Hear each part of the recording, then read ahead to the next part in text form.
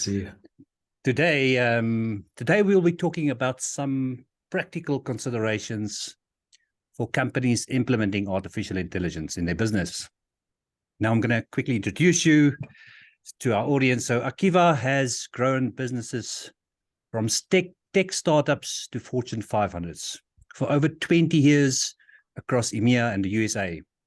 His expertise is in fintech and in the financial services and telecommunication industries. In his work with digital trailblazers such as Google, PayPal, and Salesforce, Akiva helped him to develop the unnatural act of leadership.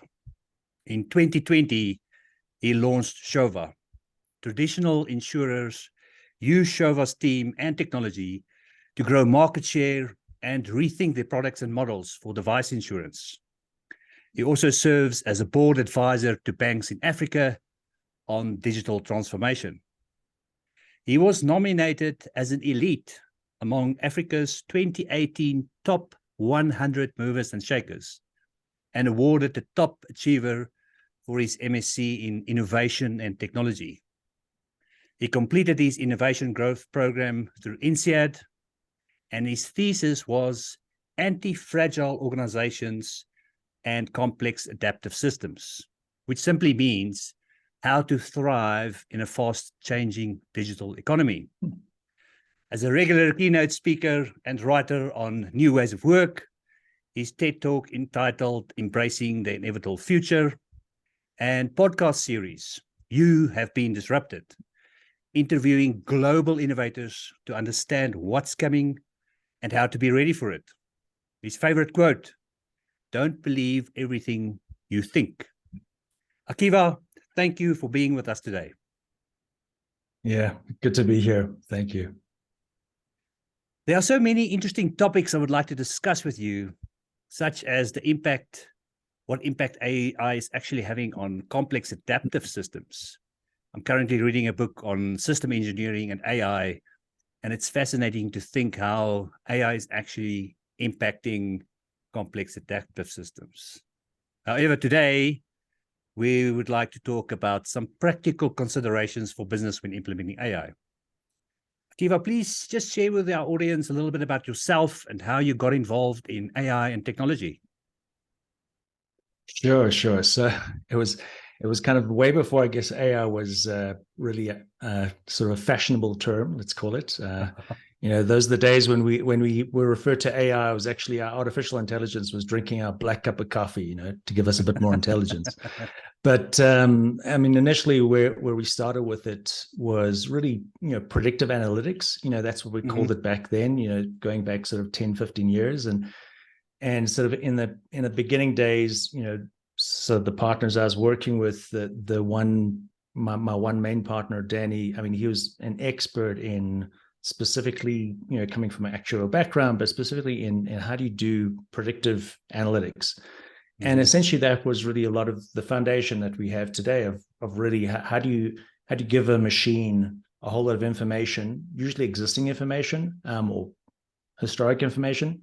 Yeah. And then it starts to pick up patterns to tell you, hey, if you do this, this will happen. And then obviously the better the pattern recognition is, the better your Gini coefficient. In other words, the better your hit rate. So for example, what we do is we try to work out, when to call, call centers, when they should call certain people at certain times. So based on the whole analytics, we then work that out. Or we'd work out with sort of banks, they're trying to do alternative credit scoring modeling, and they want to, hey, we've got these SMEs, small, medium businesses, and we're not sure if we should give them money because they don't have their normal history, but they wanted to give them money, obviously, because they would be written off. So the normal standard credit scoring guides would kind of write them off. And then we'd kind of build these models to kind of go, okay, here's a way of how you can come up with alternative models. But again, the foundation was you had to have the data, right? So the people always think AI can solve everything, but if you don't have, decent data and data that you can make sense of, it's very hard. And then you have to have like a very key hypothesis that you're testing against. In other words, what problem are you trying to solve with this data, for example? So those are sort of the heydays in the beginning. And, at the time we kind of we thought we knew what we're doing. Looking back now, I go, oh man, what were we doing back then? But yeah, it was good fun. And, but it boils down really to, and that was the key lesson I learned in the beginning days was you work with really smart engineers and smart data people, but if they didn't understand business, they just wouldn't make money. And I think that's where a lot of the folks failed in the beginning is they didn't have a very strong commercial sense. Like some of the top engineers who are like super smart, but they just weren't thinking to solve commercial business problems that made money, so their voices were often unheard. So that hope that gives you a bit of a background of kind of how I stumbled into this space a number of years ago. Awesome. Thank you for that. Yeah, I think what's also different today is the amount of data that's available versus many years ago. Yeah. Well, the amount of data and for us, the biggest shift was really the processing. For example, Amazon services. We didn't have that 15, 20 years ago. So that was a game changer because just from never mind a cost point of view, just from a processing point of view, suddenly, instead of having to spend crazy amounts of money on having sort of data warehoused, etc. Now today, it's amazing. Never mind ChatGPT. You've got simple folks like you and me. We can just go there, pop a whole lot of data, massive amounts of data onto these servers, and it can really start making sense for us. Like we just didn't have that, 15, 20 years ago. So there are a whole lot of things that just were not available. Never mind the data, just the sort of the processing tech power was just not there.